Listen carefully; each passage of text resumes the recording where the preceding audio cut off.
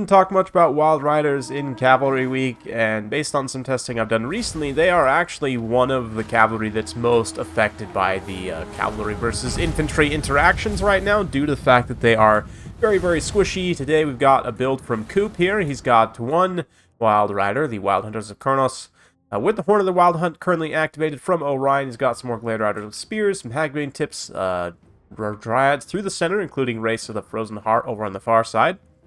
More Glade Riders, and some great Stag Knights as well. The elite Wood Elven monstrous cavalry. Very cool stuff. I share a lot in common with Wild Riders. They're kind of like monstrous Wild Riders. Anyway, we've got Blade Singers. Yes, I am still fighting Nurgle's plague. It's not the big Nurgle plague that's going around right now. It's just a sort of mild cold, to be honest. But it sounds worse than it is. I sound very congested today, but I actually don't feel too bad. So I appreciate all of your well wishers, though. You guys make me feel great. I am working on a testing video. I don't typically do testing videos, but for testing out the Cavalry Beta. This is, of course, on the live patch, as the Cavalry Beta is busted right now. So those of you guys who are going to actually be playing games would definitely recommend you just play on the live patch. But nice Dryad. Getting involved with the Marauders in the front line there. Big Bird for Warriors of Chaos. We've got some Chaos Warriors as well. Mirror Guard. All these horsemen. Big old blob of horsemen and horse masters, along with a couple of Poison Warhounds. They're going to quickly overwhelm that Glade Rider there. Horn of the Wild Hunt popped arguably a little bit early here by Coop. Probably wanted to hang on to that first cast of it a little bit longer and wait until he could get a good collapse with a few of these various units. But for the time being, the infantry fight's going to go well in his favor. And here come Wild Hunters of Kurnos. They're going to get a nice charge into the Mirror Guard here. The Mirror Guard aren't going to take too much damage. They'll take some damage on the charge. They'll punch back pretty well. Not the greatest engagement for the Wild Hunters, but this does allow the Blade Singers to get in there with their anti-infantry glow sticks active. They're in their armor-piercing stance. That's going to be great. The Hounds also get a nice rear charge on the Wild Hunters. Very cost-effective damage to immediately get collapsed by the Glade Riders there. So, nice give and take. Orion in the back line, just throwing down with these Chaos Warriors. Try to get back and smash Big Bird in the teeth. He's going to eat a final transmutation for his trouble. That's not too bad, though, since it was only hitting Orion, not hitting any of these Stag Knights or the wounded Wild Riders. That is pretty good. Wild Riders are collapsing now into the final transmutation. They may end up actually just barely not taking any damage from it, which is pretty nice. Stag Knights also staying active, just cycle charging as much as they can. They do also suffer, I should say, because of that low armor. Lower, certainly, at 60 armor than something like a Demigryph Knights. They will get punished by sort of the countercharge damage from infantry a lot more than other cavalry will. Same thing, again, Wild Riders, low armor, only 40 armor on Wild Hunters of Kurnos, plus they have the physical resistance, of course, as do Stag Knights, 20% physical resistance, which does help somewhat, but still, you know, just kind of mathing it out as I was doing some testing with Falcon. Even something with like 120 armor, depending on the type of unit you're facing, even if it's armor piercing, you still may be getting more mitigation from the armor. But, oh man, Orion's animations, I don't think I've seen that one in a while. That was really cool. Just that Chaos Warrior in particular had a bad day. Oh, Orion's so awesome, man. This game's beautiful too. Blade Singers in support of Orion, just absolutely blending these Chaos Warriors here. They're in an ideal situation.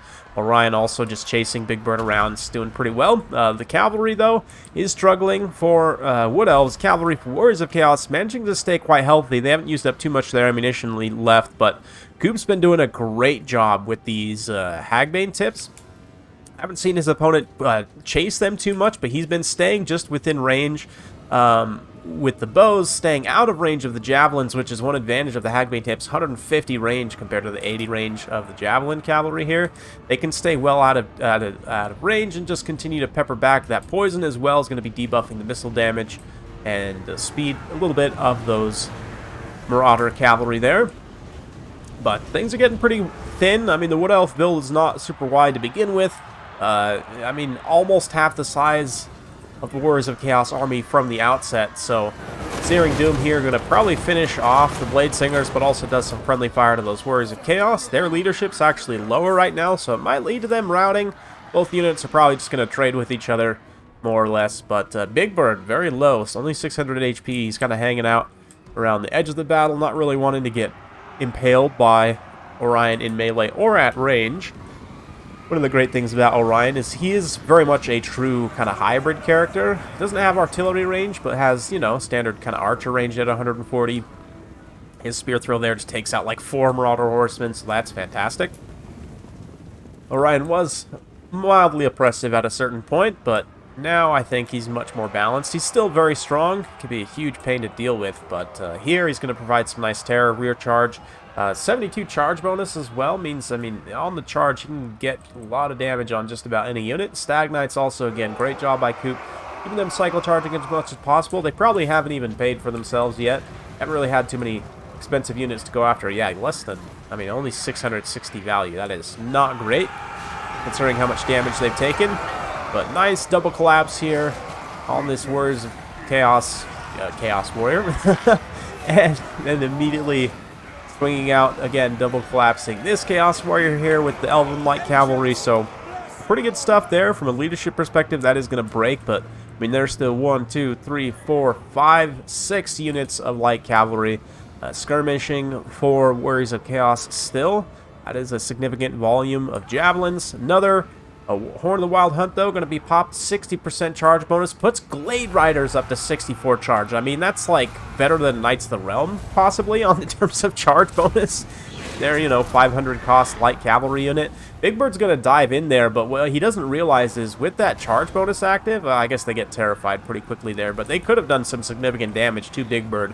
Even still, the Dryads, I mean, they have good enough weapon strength. Even with the magic resistance, they're going to be taking some chunks out of Big Bird there. Another spear throw from Orion. He's got 1 spear throw left.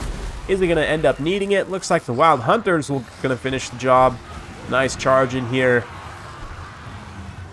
And Big Bird doing a little stutter step dance before he goes down. Marauder Horse Masters with their cool capes collapse back down in here. Man, this game's gorgeous. Forget sometimes how good it looks in 4K with everything turned up to the 9s. Oh, man.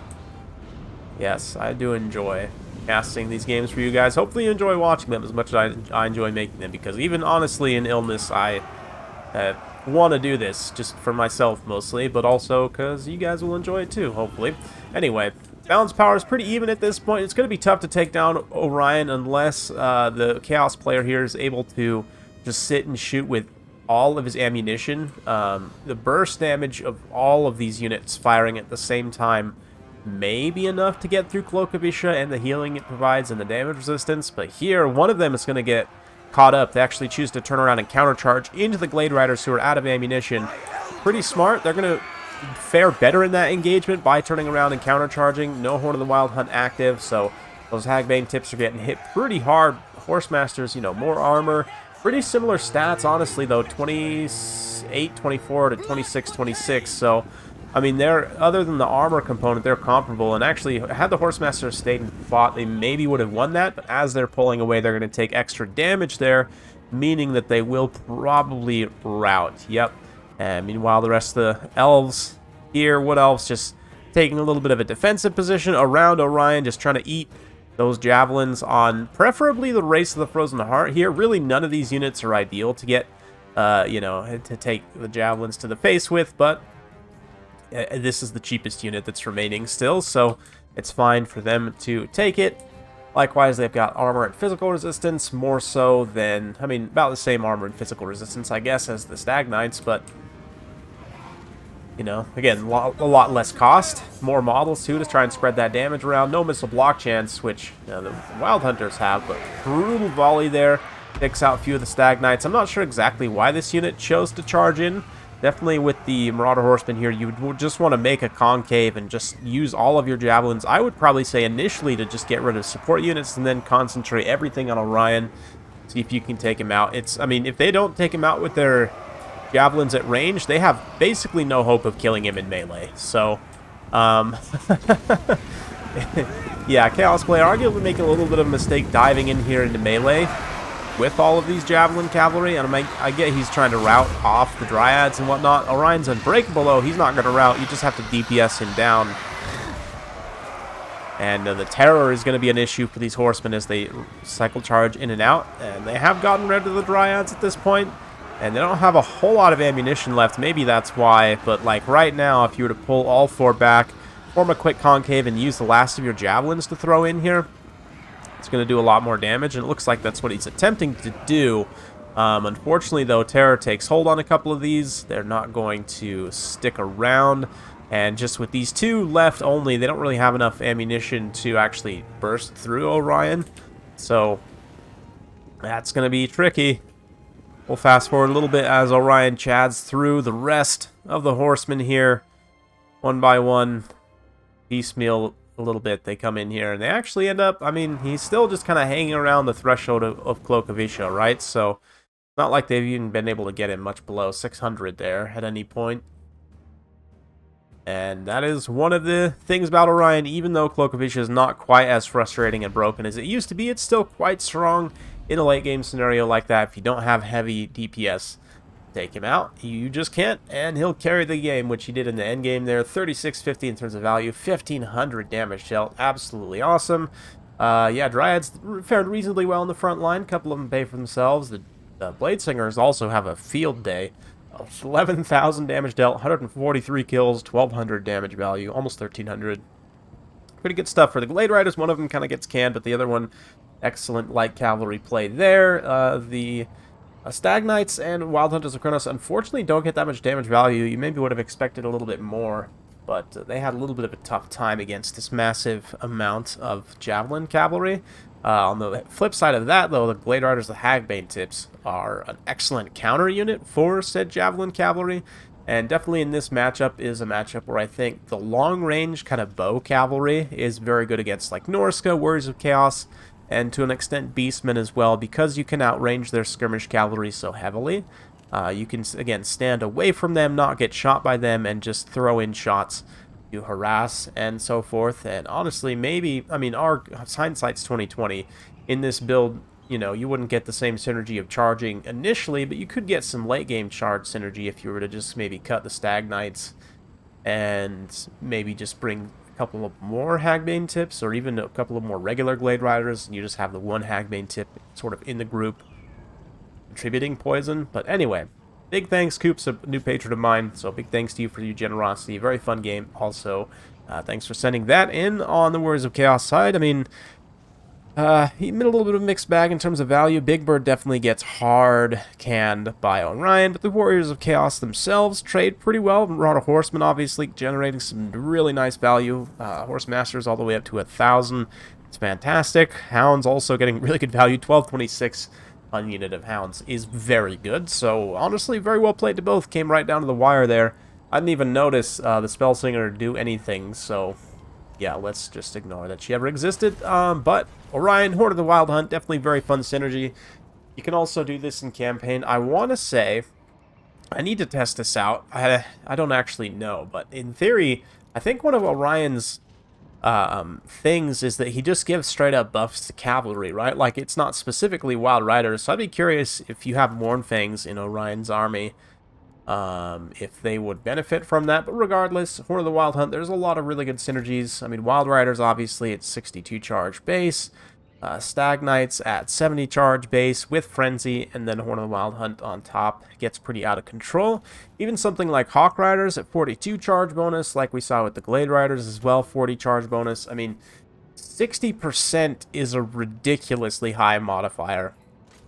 One of the highest modifiers in the game. And for charge bonus too, considering that charge bonus applies to both weapon strength and melee attack on the charge, it is a ridiculously strong buff if used correctly. Definitely. You know, these units I've highlighted here, obviously Eagles and Dragons are also pretty good candidates. Forest Dragons at 60 charge, Eagles also 62 charge. They will all benefit greatly. Even, you know, your Skirmish Cavalry, I mean, 24 charge bonus, you're getting an additional, what, 11, 12 charge bonus on top of that. That's really good. I mean, even more than 12, right? So, that puts them, you know, more on par with, like, their melee Glade Rider equivalents, right? Basically any of the cavalry here.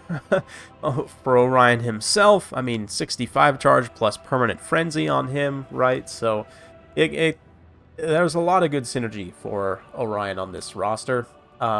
With that Horde of the Wild Hunt, so definitely do use that. It's a lot of fun, in my opinion. Hopefully you guys enjoyed. If you like this sort of content, be sure to like, subscribe, hit that bell notification. Every time I upload a new video, you'll be notified. Thanks again. See you next time.